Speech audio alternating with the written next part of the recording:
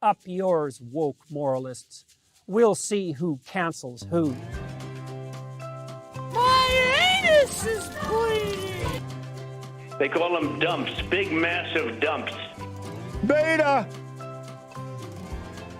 Beta male!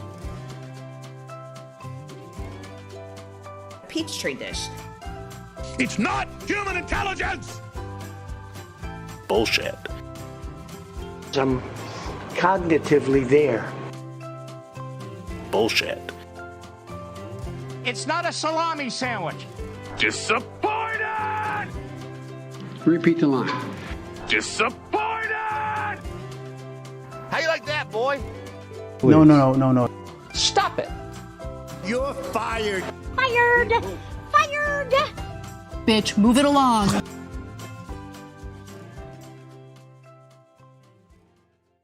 Now witness the firepower of this fully armed and operational battle station. Clean coal, meaning they're taking out coal, they're going to clean it.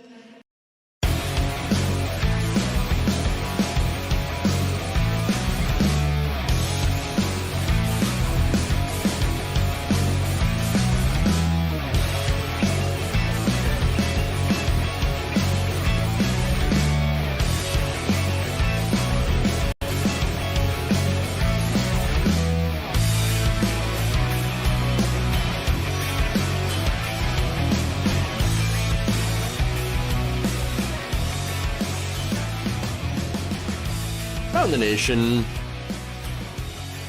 Waldorf Nation. What's up, everybody? It's Tuesday. Welcome to the show. We got a fun one for you today. So, oh boy, we've got some. Okay, let me just start here.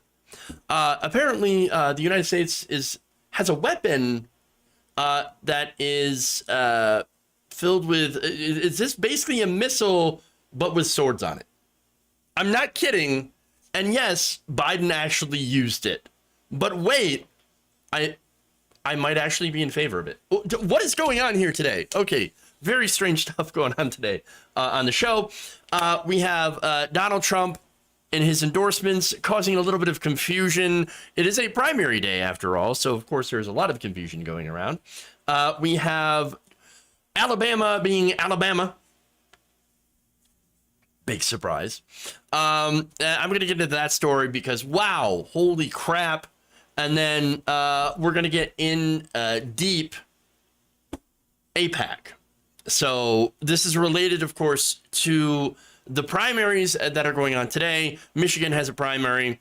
We're going to see if whether or not massive amounts of AIPAC spending will knock out a self-described Zionist Jewish legislator who also happens to be progressive on domestic policy issues and on Israel.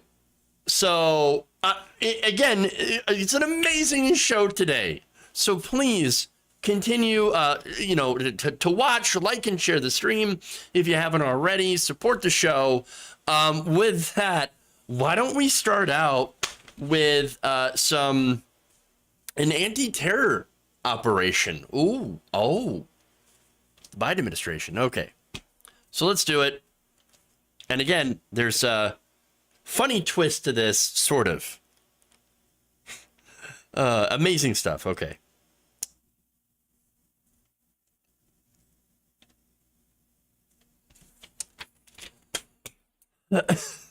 All right, serious story, everybody. Let's pull it together.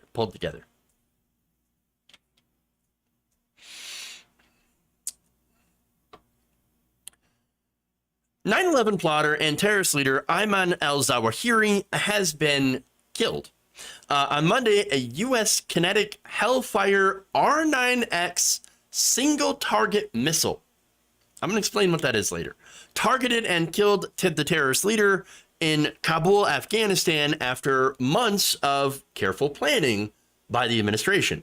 According to the White House, President Biden had reportedly instructed officials to ensure that any strike on al-Zawahiri be made with no civilian casualties, including members of al-Zawahiri's family. So they said, look, we got to take this guy out, but no civilian casualties.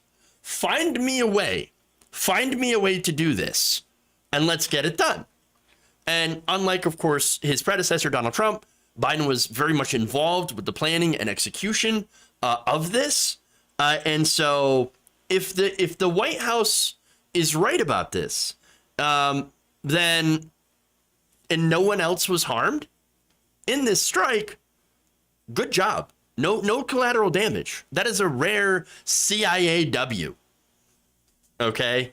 And again, let me be honest. I don't actually mind if one of the guys who was behind plotting the deaths of thousands of people gets taken out by a drone covered in swords. Again, we'll get to that. Okay. As long as it's that person and they don't harm other, actual like innocent civilians, I'm okay with this. You can call me a bad lefty for it. Fair enough. But that brings me to Donald Trump, the predecessor.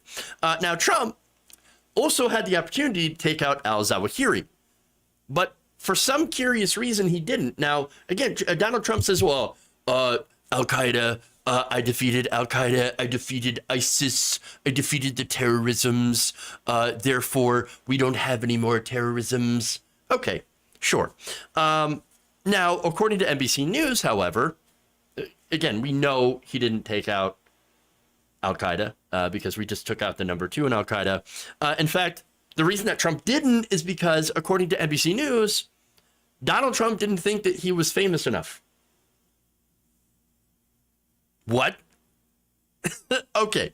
Now, Osama bin Laden's second in command, that's who al-Zawahiri was. Okay? So, Osama bin Laden, when he was alive, al-Zawahiri was the second in command of Al-Qaeda. He was one of the main plotters of the 9/11 terrorist attacks, killed 3,000 Americans. So now, after bin Laden was taken out in a raid by the Obama administration, al-Zawahiri had taken over and was commanding Al-Qaeda. Now, Trump was brought this information, this intelligence, and again, you cannot combine intelligence and Donald Trump in the same sentence. Sorry. I know words. I have the best words. Okay. Actually, it's more like cognitively there. No, he's not. But okay. Now, look, when the intelligence got to Trump was like, I don't know who this guy is. I don't know him. I never heard of him. He must be a coffee boy. Oh, really? Oh, okay. So now, according to the report, intelligence officials briefed Trump many times about senior terrorist figures that the CIA wanted to track down and eliminate, specifically mentioning al-Zawahiri, according to NBC News. But 2 people familiar with the briefings told NBC News that Trump chose not to pursue al-Zawahiri because he did not recognize his name. I didn't recognize his name. Oh, is that the reason? I don't know this guy. He would say, quote, I never heard of any of these people, and instead suggested targeting bin Laden's son, Hamza bin Laden, who again has the bin Laden name, so therefore, I know that guy, he's a bin Laden, those guys are bad, right? It's amazing. Now, here's the thing. Was Hamza planning any attacks? Not according to intelligence that they had. not that they knew of. But instead of getting al-Zawahiri, the Trump administration successfully got Hamza. Trump confirmed in 2019 that the younger bin Laden had been killed, despite intelligence assessments showing the greater dangers posed by Zawahiri and the unlikelihood Hamza was in the immediate line of succession. The president thought differently, the former CIA official Douglas London wrote in Just Security in 2020. A Pentagon official also told the news outlet that they targeted Hamza because it was, quote, the only name he knew. It's the only name he knew. Person, woman, man, camera, TV. I mean, you could just imagine the conversation. What about this guy? Let's take this guy out. Well, Mr. President, he's not really all that important. In fact, he may be a literal coffee boy to al-Zawahiri, who's a much bigger threat. I don't know that guy, but I know bin Laden. I've heard of him. Bin Laden, he did very bad things. He did the worst things. Okay, but he's not. We have the head of Al-Qaeda right there. Right there. The fake news. He can't be held head of Al-Qaeda if I've never heard of him. Moron, idiot, dumbass. That was the president of the United States. He had no idea what he was doing. In fact, the official also added that Trump's obsession with bin Laden's son is one example of the president's preference for a celebrity targeted killing. Think about that for a second. Roll that phrase around in your head. Celebrity targeted killing. As if normal targeted killing is not enough. Okay. Versus prioritizing options that intelligence says could prove better for U.S. security. Voters handed this guy the most powerful military in the world with its incredibly devastating technology. The missile. It had no warhead on it. You don't need a warhead on this missile because what happens is that they laser guide it. They drop it from a drone. They laser guide it to one person. When it gets close to getting into impact, right? It will there will be 6 blades, and it's really difficult for me to explain this. For some reason, words are hard. The blades will come out, 6 of them, and basically chop this person into bits. That's it. It deploys the blades to puree the target. That's what happened to al-Zawahiri. It has been nicknamed the flying Jinsu, like the Jinsu knife. Remember those ads? Hey, right-wingers, this is a great time to ask you this question. If you believe that you are going to overthrow the United States government that has flying slap chop drones with your AR-15, you might want to think about that for a minute, okay? I know it's not your strong suit, but you might want to think about it. Maybe I shouldn't overthrow democracy. Now, the thing, again, that makes the weapon so basically very interesting and also terrifying is that it's highly precise, leaves no explosion, and don't mistake this for praise. The fact that anybody has this kind of weapon is absolutely terrifying. That said, is it better than carpet bombing an entire city or dropping the mother of all bombs to get one guy? Like you could imagine Trump doing? Yeah, I guess given that alternative. Look, I'm critical of the drone program. And the reason I'm critical of that program is because of the civilian casualties that it can conflict, that it has, or that it can inflict. And the number of casualties from the signature strikes, innocent civilians caught in the middle, that have been documented in the United States drone war. Not only that, but it's also dehumanizing, desensitizing when it comes to the horrors of war, allowing somebody to control an instrument of death half a world away. It is terrifying. But if the White House is to be believed that this weapon was successful in only taking out a target that we know who it is, we know he was a plotter, of, you know, I wouldn't call him a mastermind because I think it's ridiculous to call any of these idiots masterminds. They're fundamentalists that, you know, led to the deaths of 3,000 Americans and then numerous deaths all over the world, with the United States super overreaction and going into bombing Afghanistan and bombing Iraq and leading all this death and destruction and a waste of life and money and resources, etc. I mean, look, going after that guy, getting al-Zawahiri with this and only destroying the windows of the porch that he was standing on while killing no innocent civilians, well, then I guess Biden in this case actually did something interesting. Leagues above Trump. Trump, of course, did not care at all about killing innocent civilians.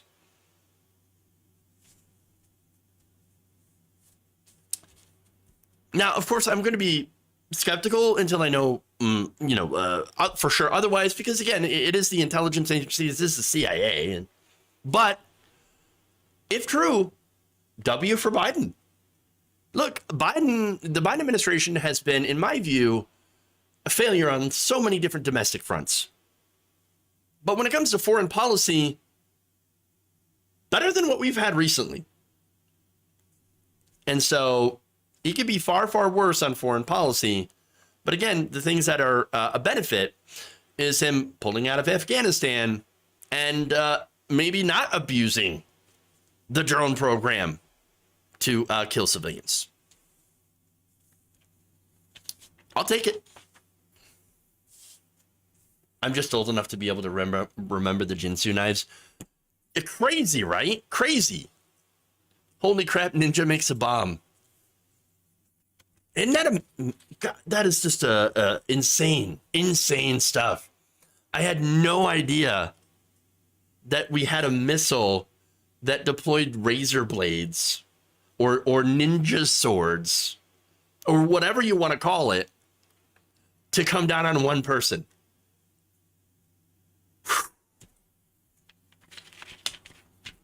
Again, terrifying. Okay. We got another Trump story.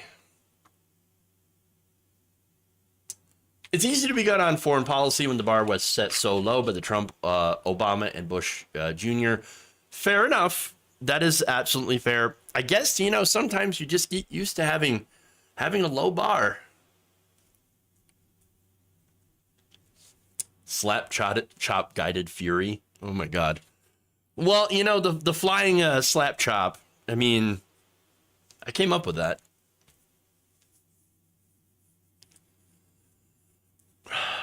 I'm really disappointed in you. That's the first time I've seen you promote the next technological step towards Skynet and the Terminator drones.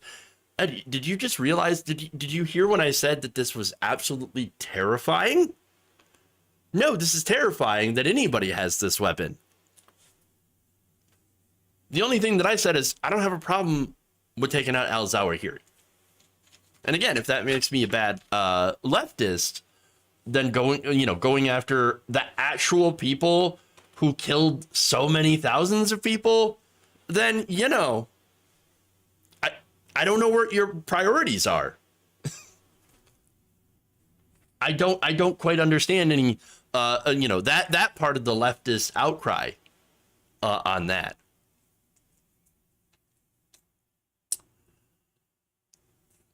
Sounds like a horror movie? Absolutely it is. All right, let's go to the Eric story. I'm already distracted enough as it is.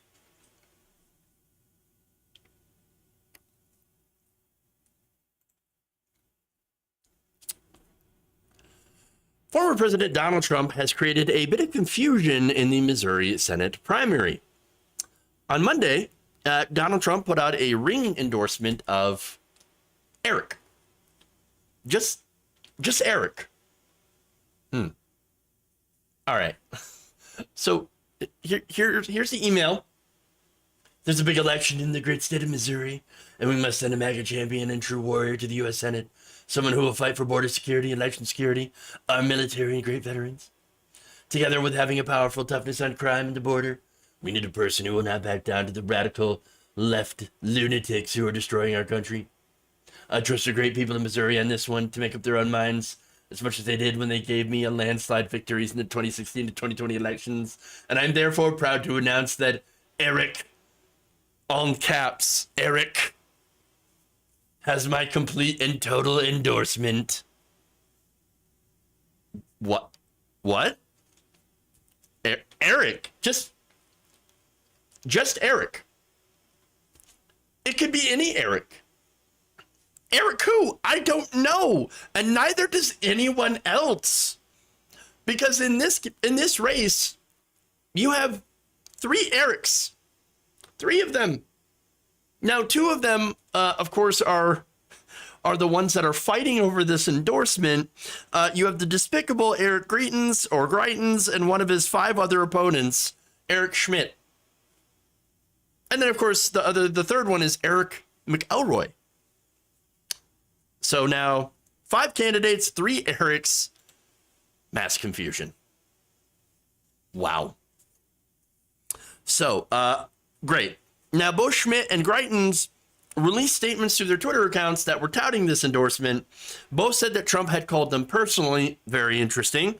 Maybe Trump believed that they're the same person. Who knows? It's possible.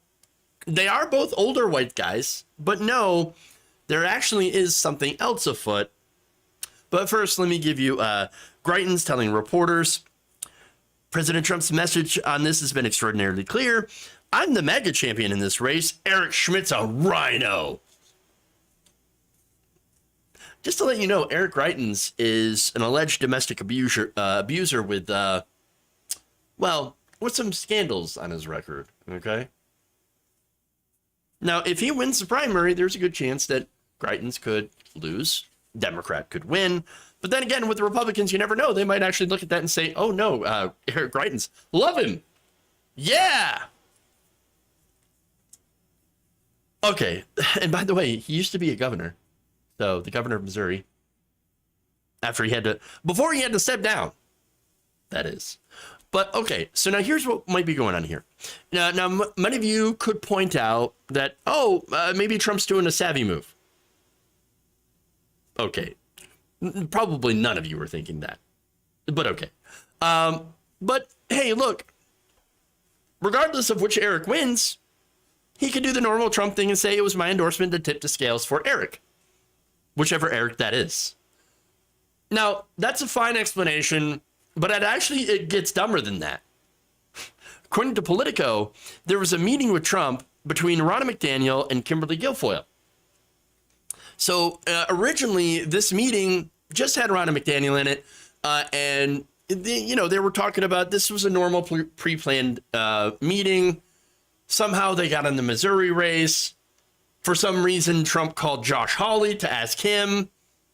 And then called Kimberly Guilfoyle. Kimberly Guilfoyle's like, oh, no, I'm totally for Greitens. I love Greitens. In fact, I'm going to come down. I'm going to talk to you and Josh Hawley about Greitens. And then Josh Hawley scampers off somewhere. I don't know. Maybe the mob was near him. Gone. But anyway, Kimberly Guilfoyle gets into the meeting, and this is all detailed in Politico, according to people who were familiar with it. And so now there's the discussion between Donald Trump, Ronna McDaniel, and Kimberly Guilfoyle. For some reason, they're talking about which Eric to endorse. Now, McDaniel, again, she's on the side of Schmidt and argued that Greitens could cost the Republicans a seat. And so with as many scandals, and Trump's like, oh, I don't know, maybe it's possible. But then again, Eric. Okay. Now, here's where Politico recounts. Quote, as the meeting wore on, those familiar with what transpired say that Trump began to lose patience. Big surprise.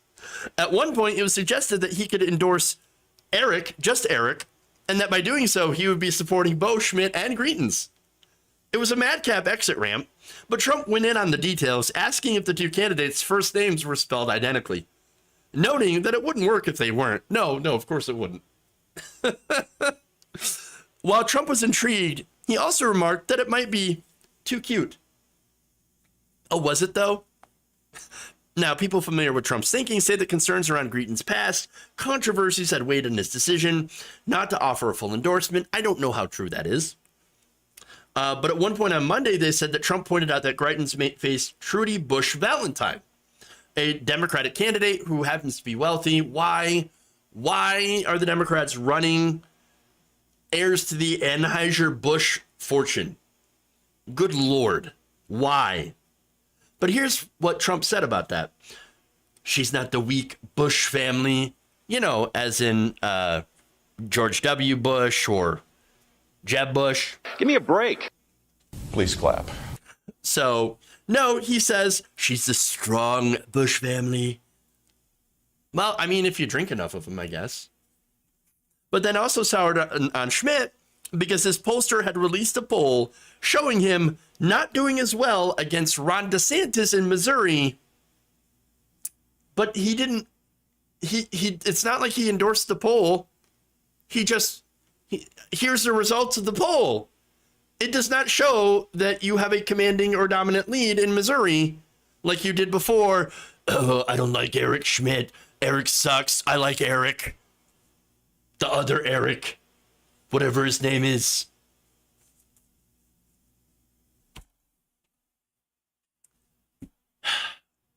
Look, this just really shows you, it just really illustrates how Trump's whole endorsement process, or just basically any process that he goes through, is just as stupid as we've always expected it to be.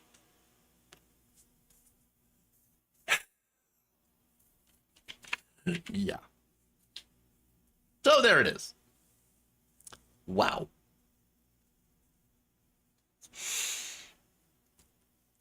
Let's move on. Let's move on. More stuff. More stuff. Okay.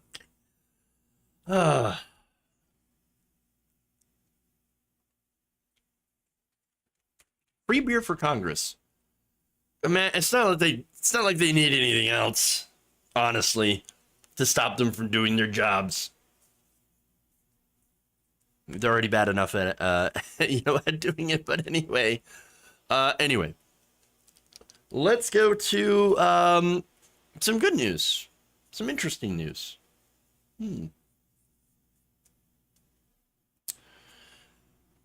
A MAGA writer who admitted that he was an effing idiot just got hit with the longest sentence yet for storming the Capitol on January 6th.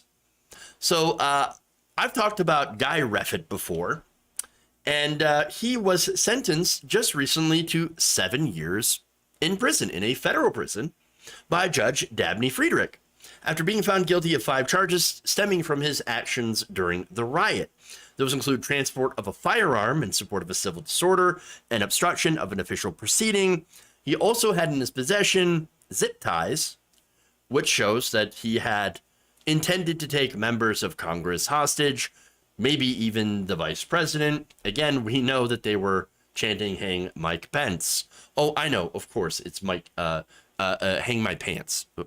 Forgive me, of course. Now, Reffitt didn't make it in the Capitol building because he happened to be incapacitated after charging a police line. Well done. Well done. The best people, the greatest people. Tremendous.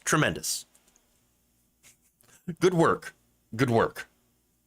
Now, again, you might remember that he did refer to himself as a fucking idiot in court and that he was not thinking clearly on January 6th. Oh, no, that goes way before then. You weren't thinking for a very, very long time, buddy. Who knows where your brain went to? But it was not there. Now he says, quote, "I clearly fucked up. I did not want to definitely make an apology, or I'm sorry, I did want to definitely make an apology, multiple apologies really, and accept my responsibility because I do hate what I did." Did you hate what you did, or did you just hate getting caught? That's always my question for these idiots. If you were there on January 6th, I mean, again, and you were part of the people that were storming into the Capitol, do you really hate getting caught, or did you just hate failing? Because that's That's the question. Again, this guy was a 3%er. All right.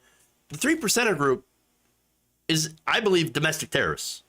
According to the Southern Poverty Law Center, which tracks extremist groups, 3%erism at its core is a vanguard extremist movement that claims to be ready to carry out armed resistance to perceived tyranny. Note the word perceived. The perceptions of tyranny emanate from radical conspiracy theories and paranoia rooted in decades-old anti-government extremist movements and have repeatedly led to violence against America's law enforcement, so much for Back to Blue, citizens, and residents. 3%ers were involved in the Bundy standoff, by the way, where they were aiming weapons at federal agents. You guys remember that?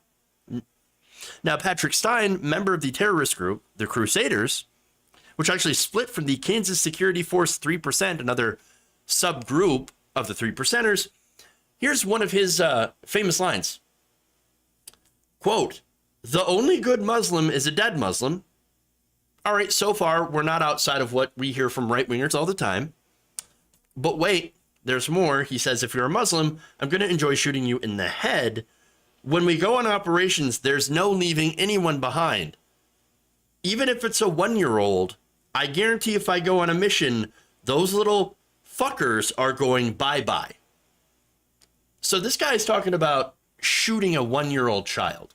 You know, just because they happen to be a religion that you don't like. So that's who they are. This is who they are. They're terrorists. They say, let's kill Muslims. Another one says, why don't we shoot people at the border? Many of these people were involved with trying to overthrow the government on January 6th. So Refit, though, told the court, hey, I don't want to be affiliated with any, quote, stupid shit like that. A little late there, buddy. A little late, and I'm going to need a lot more than that to believe you. Now, they said Refit had showed remorse, in which Frederick gave him 7 years in federal prison. However, the judge denied a request from the Department of Justice to add a sentencing enhancement for terrorism.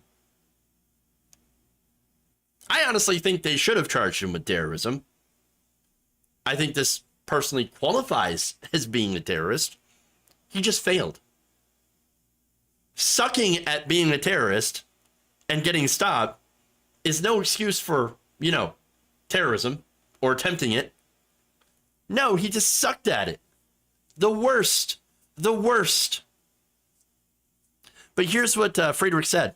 There are a lot of cases where defendants committed very violent assaults and even possessed weapons that did not receive this departure. Maybe they should have. Maybe they should have. And let me guess, were those people white Christian men? So, look, I don't agree. I think it should have been longer than 7 years.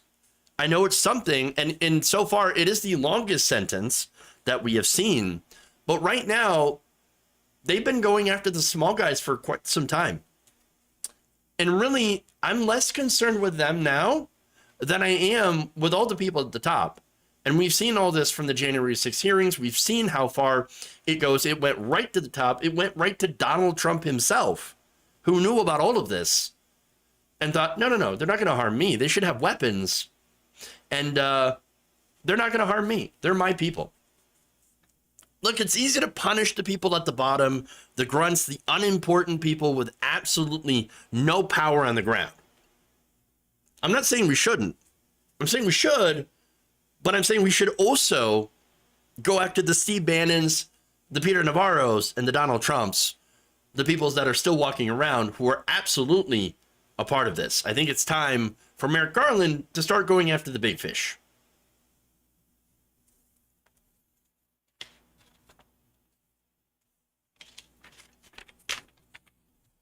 All right.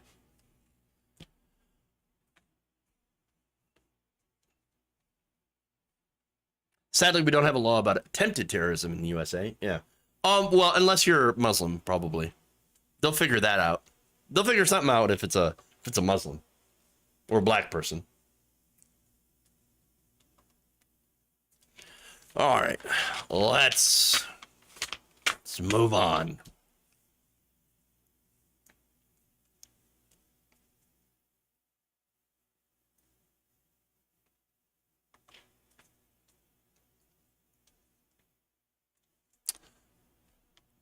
Last week, the state of Alabama executed a man on death row. Joe Nathan James Jr. was murdered by the state in the Department of Corrections in what they said was a relatively ordinary procedure. Isn't that wonderful? You know, the ordinary process of the state murdering a man. Now, in that very ordinary process of death, 2 female reporters who were covering the execution were singled out. They were singled out because they weren't dressed modestly enough for the occasion. Let me give you the details here. During that execution, prison officials had subjected female reporters who came as witnesses to the proceeding to a clothing inspection and attempted to bar one woman from the death chamber on grounds that her skirt was just too short. Priorities, Alabama. If anything illustrates the insanity of the right wing, it's being totally fine with the state-sanctioned murder of a criminal through lethal injection, but you draw the line at a short skirt. Hey, whoa. Hey, we're trying to have a classy murder here, okay? No. You go and you put on some longer pants, missy. You get a longer skirt. That is unacceptable here. Now, the reporter, and I apologize if I get her name wrong, Ivana Hirnq, a journalist for AIL.com, recounted how, it's Hirnq. She recounted how she was pulled aside by a prison official and told that her skirt was too short. She then said on Twitter, in a Twitter thread, I tried to pull my skirt to my hips to make the skirt longer, but I was told that it was still not appropriate. Just not appropriate. Officials also subjected another reporter from the Associated Press, Kim Chandler, to a full body inspection, making her stand to have the length of her clothing checked. Because, you know, Alabama, what in the ever-living fuck is going on there? What is going on here? I mean, look, you know what? We don't have to have a time machine. No, the further south you go in the United States towards Alabama, the further back in time you seem to go. You know, we're going back to the 1800s here. This is just messed up and, again, incredibly backwards, considering how much at the same time, you know, or how at the same time, they spent 3 hours searching for a vein in which to inject a lethal concoction of poison into his veins. They spent 3 hours trying to locate that. Now, as I've talked about before, these executions, thanks to the drugs, of course, being difficult to find because the European Union, for example, they had gotten the majority of these drugs, said we don't want them being used in executions. We don't believe in the death penalty. We believe that in the United States, the states that still have the death penalty are backwards and insane. So no, we're not in favor of this. We're not going to sell you that anymore. And so a lot of these states that still have the death penalty had been searching for alternatives. And in the search for those alternatives, these executions end up being incredibly long, brutal, torturous affairs in which, yes, someone who has been convicted of murder, of doing terrible things, will be subjected to inhuman amounts of suffering for prolonged periods of time because, yeah, hey, we're just testing this out to see if we can kill you faster or better. I mean, this is just absolutely horrifying. Horrifying. No person, I don't care their crime, nobody deserves to deal with that, have to go through that. That's not justice. That doesn't make things better. It doesn't help the victims of them, of those people who had done these horrible crimes. And all that, but God forbid we see a toe. Yes, they also criticized Hirnq's shoes. She was wearing open-toed shoes. So now she ended up being able to watch the execution and to do her job, okay? But in order to do so, she ended up having to borrow a pair of waterproof fishing waders from a photographer And she attached their suspenders under her shirt to keep them up and was forced to grab a pair of tennis shoes from her car. You know, professional wear, right? She said on Twitter, I felt embarrassed to have my body and my clothes questioned in front of a room of people I mostly never met. I sat down, tried to stop blushing, and did my work. And of course, eventually Alabama did their work too, because James Jr. died that day, despite his daughters asking for a life sentence instead. So, look, he died as should anyone's belief that the right wing is pro-freedom. No, they're pro-murder, pro-control of women. And as one person on social media had noted in the thread, the fact that oversized men's rain gear and tennis shoes were considered more professional than a skirt and heels tells you everything that you need to know about how women are viewed in this country. Yes, that is absolutely true. Another person had noted too, my sister, a lawyer in Alabama, was publicly scolded for wearing a pantsuit to court. She was ordered to wear a skirt in that judge's courtroom, which I think is insane that they can order you to wear skirts. Alabama loves to tell women what to do with their bodies. And then noted that this was in a Montgomery courtroom about 12 years ago. I'm sure nothing has changed because nothing ever changes in Alabama. Well, because that would be communism, obviously. No. This wasn't about looking professional, okay? This was all about puritanical control over a woman's body. That's all it was.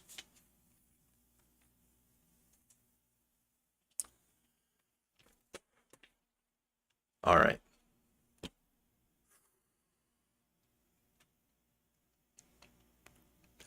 If you expect the dress code to be followed, it should be explicitly stated, easy to find. Yeah, and as I mentioned, the Associated Press reporter, Kim Chandler, she's like, I've been to a lot of executions. I've never experienced anything like this. Anything like this at all. Yeah, it just shows you the kind of future that Republicans, that the right wing, people like Alabama, because Alabama is controlled by Republicans, that's the future they have in store for women.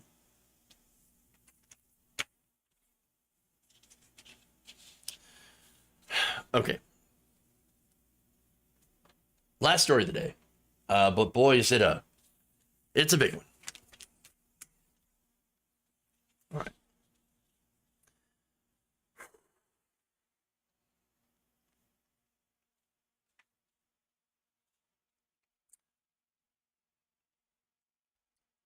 The America-Israel Public Affairs Committee, or AIPAC, the pro-right-wing lobbying group that purports to support Israel, is spending millions of dollars in primaries against progressives. Now, this is something that has been happening for some time. They've been inserting themselves in some of these hotly contested Democratic primaries and throwing around millions of dollars for the very pro-establishment candidates. So now, one of its many targets is actually kind of surprising. Although I guess when we get into the details, it won't be that surprising. But given that this group says that they are pro-Israel, they're going after Detroit Congressman and former trade union leader Andy Levin. So Andy Levin is related to Carl Levin, and whose father was Sandy Levin. So now, look, the Levin family is very, very pro-Israel. So this is very interesting. So now Andy Levin describes himself as a committed Zionist, and yet AIPAC is claiming, no. Andy Levin is not pro-Israel enough. Now, why is that? Well, it turns out that Levin had also spoken out favorably for Palestinian human rights. Hey, why don't we give this group of people, human rights and actually treat them like human beings? And that turns out, if we do that, we'll actually help Israel too. No, too much. Now, let me give you a statement that he said last year. This was first his Twitter account, then I'm going to go to what was on his website, or is on his website. He said, I believe U.S. policy must support real human rights for Palestinians and real security for Israelis, who have a right to live without fear of deadly rocket fire. We must admit that the status quo protects neither and examine the policies that brought us here. All right, so look, to me, I look at that and I'm like, okay, nothing controversial. This man is actually in favor of a two-state solution, which, again, is supposed to be something that the Democratic Party, supports. Now, in a statement, there's a little bit more here. He wrote this: let me state unequivocally that rocket fire from Hamas and Islamic Jihad is depraved and intolerable, and Israel has a right to protect Israelis. I will never forget seeing bomb shelters scattered throughout Israeli communities and learning that folks have as little to 8 seconds to reach them. Now, again, this is the person that AIPAC says, oh, you're not pro-Israel enough. Now, he says this: at the same time, we must recognize that Israel's retaliatory strikes should not be grossly disproportionate under universally recognized laws of war. As a Jew who rejects tribalism of all kinds and takes seriously the duty to love the stranger as myself, even and especially under the most difficult of circumstances, we must do everything we can to halt the killing of innocent civilians on both sides. He said, I understand and agree that stopping the ongoing violence is the Biden administration's immediate priority. To determine what must come next requires us to look at what brought us here. And this, of course, is where he gets into trouble with AIPAC. A deliberate campaign to dilute the Palestinian population of East Jerusalem, which is arguably exactly what is happening. Oh, I'm sorry, unarguably exactly what is happening. Now, he goes into the illegal settlements, like in Sheikh Jarrah, saying that Israeli law is biased against Palestinians, and says that imposing that law is illegal in occupied territories, and that the forced removal of Palestinians from this particular area is not an accident. It is part of a systematic campaign with government support by settler groups to encircle the old city, root out the Palestinian population so that Jerusalem can be proclaimed Jewish, and ensure East Jerusalem cannot become the capital of a future Palestinian state. This is not presumptuous or hyperbolic. It is stated government policy.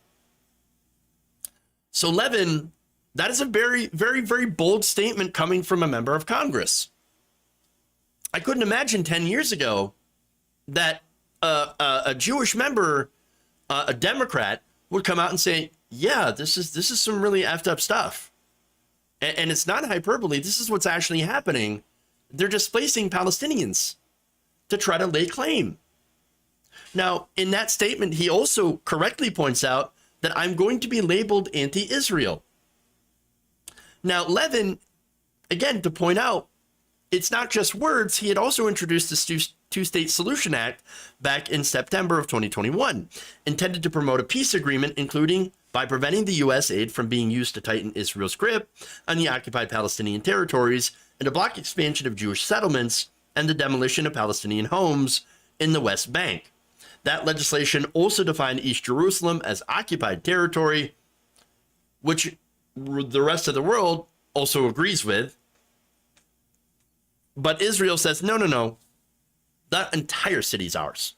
And by the way, when I say Israel, I mean the right-wing, super conservative government of Israel. So let's be very fair about that. Now, as a result, AIPAC has spent about $4 million to defeat Levin in northwestern Detroit in a new district. So we had redistricting. His district is now gone. The district that he's running in is now a little bit more conservative, but also contains about 40 to 70,000 Jewish voters. So now his opponent is Haley Stevens. Haley Stevens is a corporate Democrat who basically wants Israel to do whatever it wants to the Palestinian people. She doesn't care, as well as to reporters like Shireen Abu Akleh, who was killed by an IDF soldier. We know this. Eyewitnesses told CNN they believe that Israeli forces on the same street that Shireen Abu Akleh was on fired deliberately at the reporters in a targeted attack.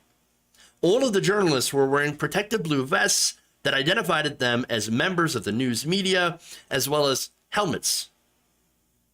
It doesn't matter, though. They targeted and killed her anyway, and they did so for the crime of being a journalist, because she was covering the Israeli raids. Now, AIPAC and the Democratic Majority for Israel is another supposed pro-Israel group, lobbyist group. They have poured millions of dollars into opposing candidates deemed to not be pro-Israel enough in this year's Democratic primaries. But they do something very interesting, right? And before I get to that, let's go to the money. Where's it coming from? Now, much of that money that goes into these PACs is not coming from Democrats. It's not coming from Democratic Jewish members or Jewish members of the Democratic Party. It's not coming from regular Americans that care a lot about Israel. No. It's actually coming from Trump donors, right-wing Republicans, right-wing billionaires, including Jan Koum, the inventor of WhatsApp, who recently donated $2 million. Levin said that AIPAC's involvement also raises the specter that the entire primary process is being hijacked by well-funded lobbies from big oil to the gun industry. That, of course, should not be surprising, because we've seen that happen in a lot of these Democratic primaries.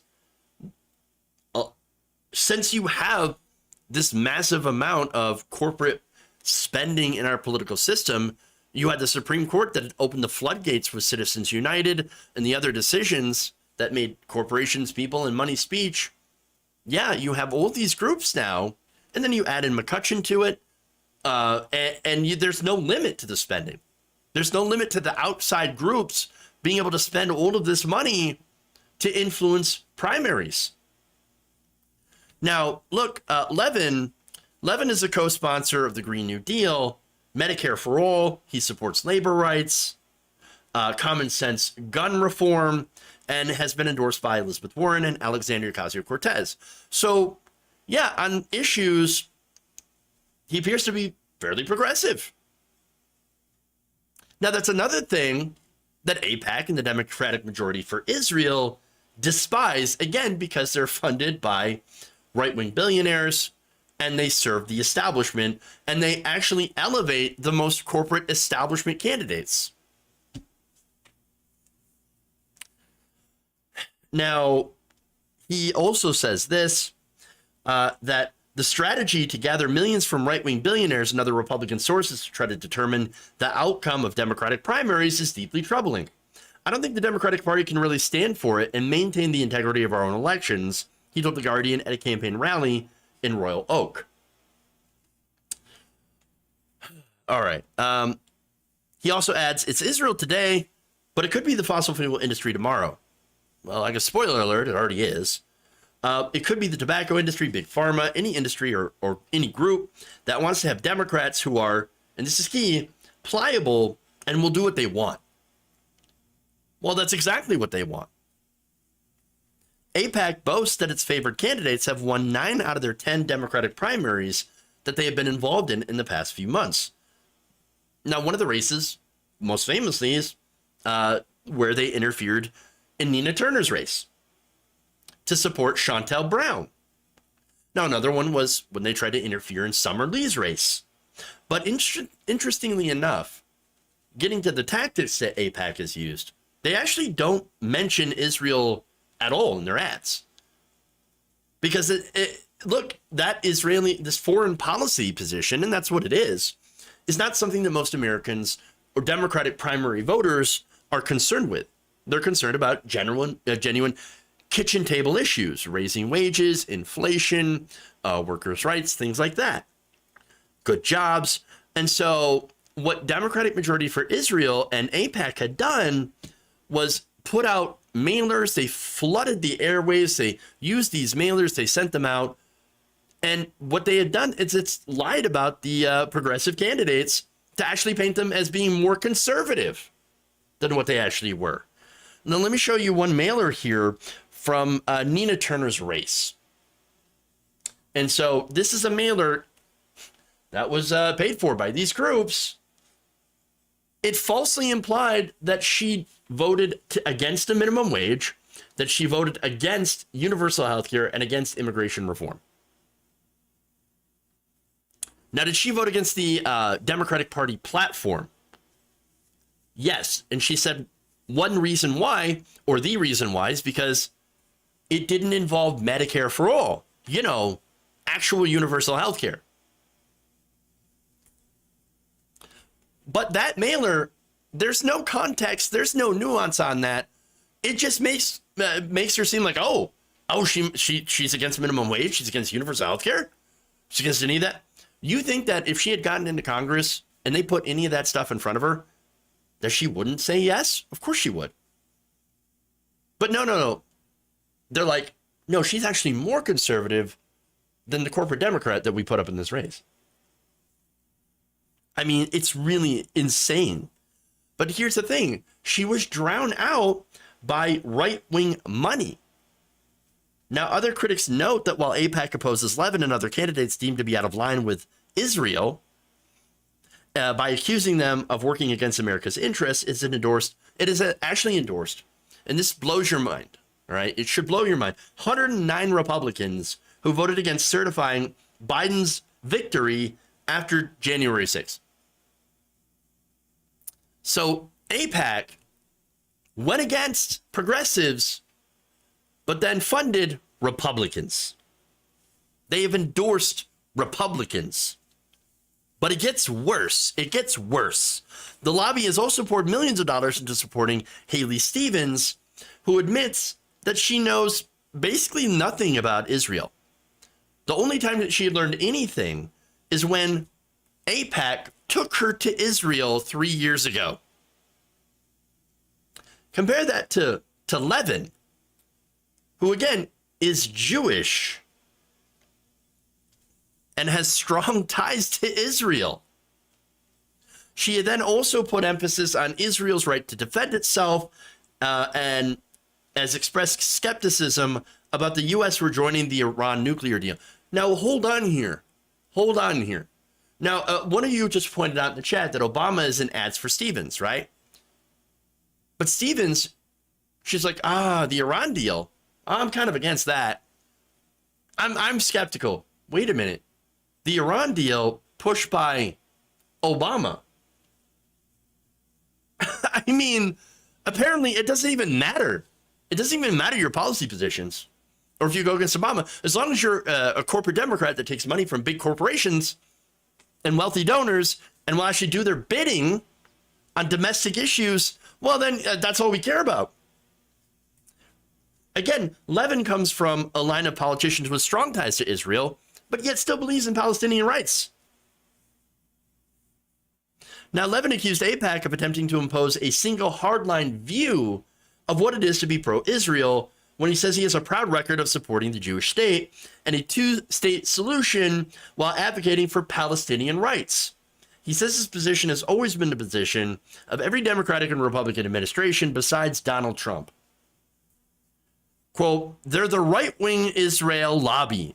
They're not more pro-Israel than me. In fact, they're worse for Israel. If you want to be the best friend of Israel, you better give an honest opinion about what needs to happen for your best friend to be secure and safe and to thrive in the future instead of supporting whatever the Israeli government of the moment does right or wrong. This is the politics of intimidation. When I wrote the Two-State Solution Act, I can't tell you how many of my colleagues came up to me and said, "Oh, Andy, I read your bill. It's great.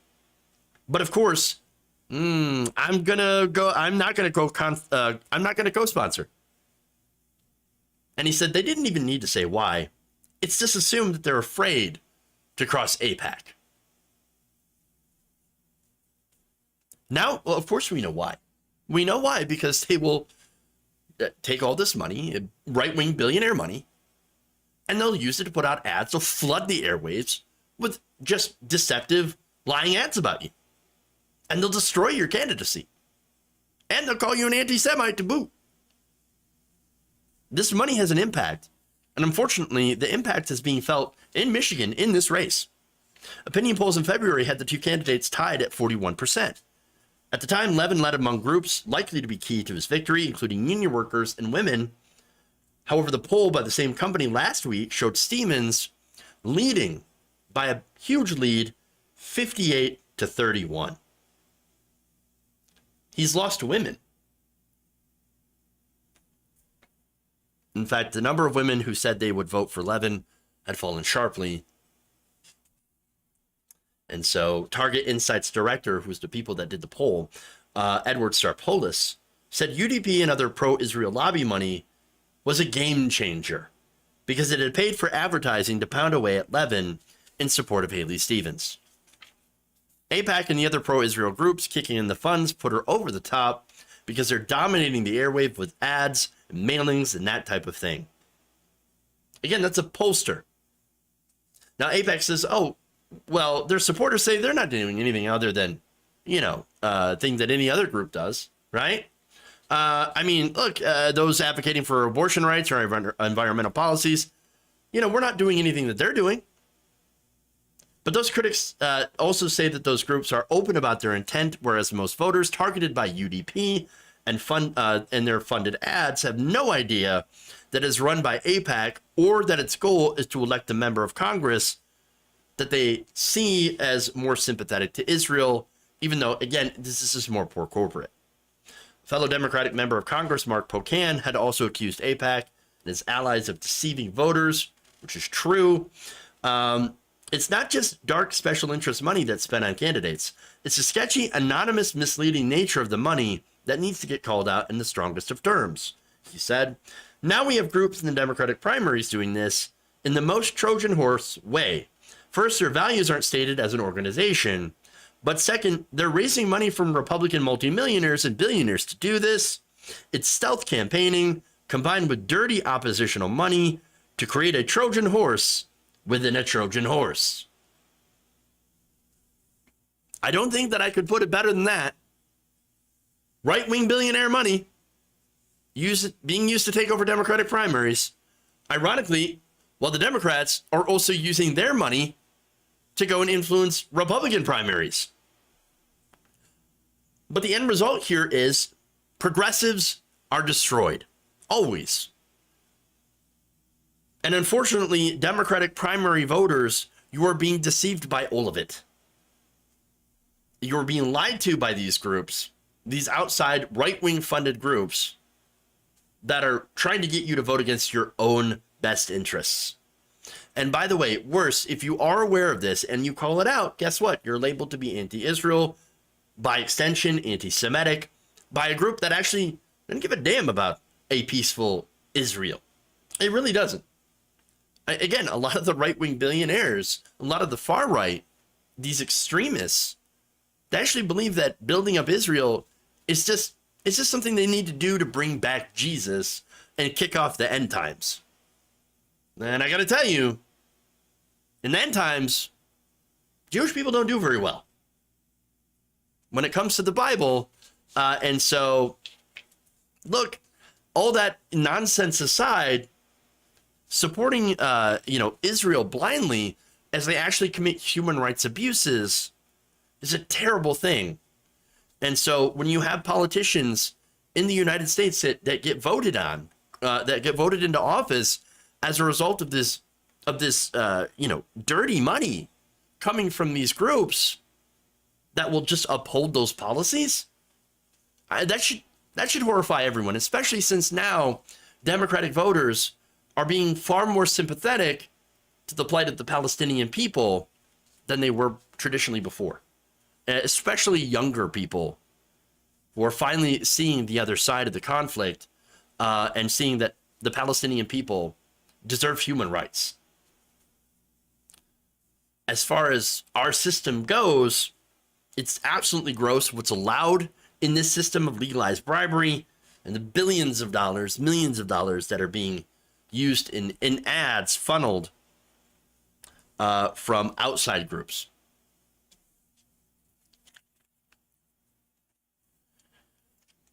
All right. Jesus. Okay, that happened to have been a very, very detailed, very long story. So I apologize for that. That's going to be fun to edit.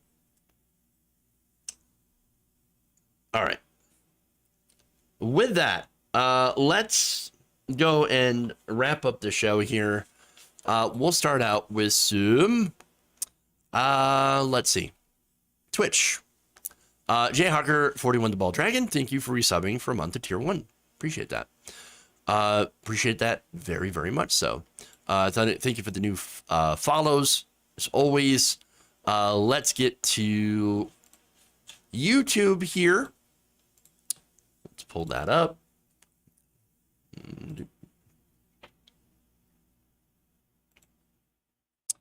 All right, let's see.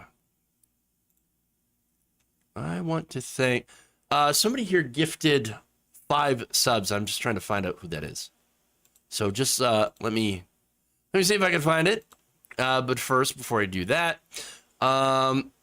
Virginia Thomas, aka Ice Dragon, says Jeff, everyone knows the only hard word is yesterday.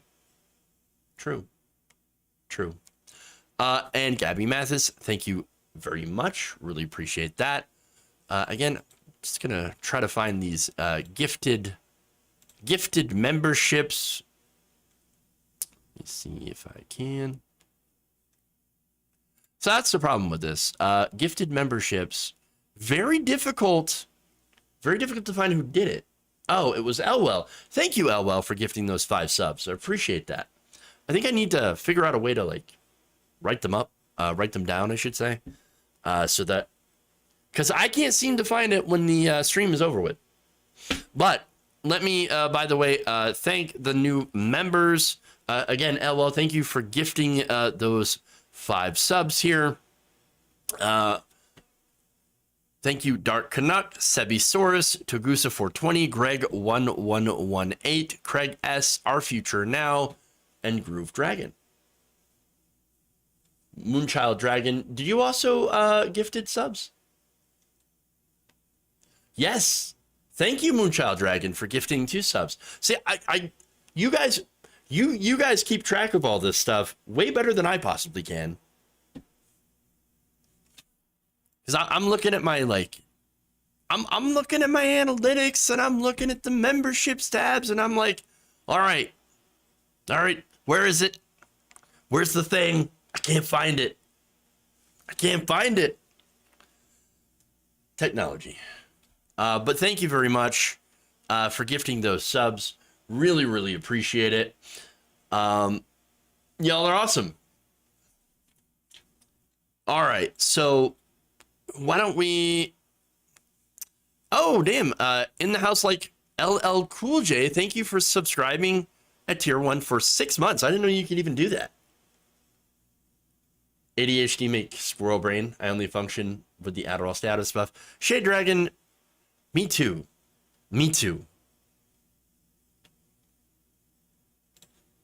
All right. Let's do a TYT raid into Jordan Ewell's program. I believe that is a deep dive. To everybody else. Oh, damn. Thank you. Let's go back here in the house like LL Cool J. Thank you for all the gifted subs. And now I have to go back here and thank you for gifting 10 subs. Really, really appreciate that. Really appreciate that. Thank you so much. In the house like LL Cool J. That's awesome. Thank you so much. All right. Now let's do this raid. All right. Oh, I'm already raiding. Oh, cool. Deep dive. Thank you all. Love you. And remember, change begins with you. Good night, nation. We'll see you all back here tomorrow, about the same time.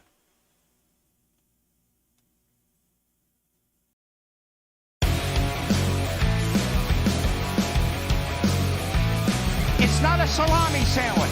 It's a viable baby in the womb. No. You're fired.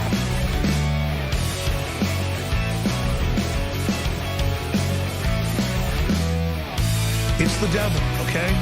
It is an alien force out of this world. We're under attack. Bullshit. and why their due process rights are being so flagrantly and horrifically violated. Sexual anarchy.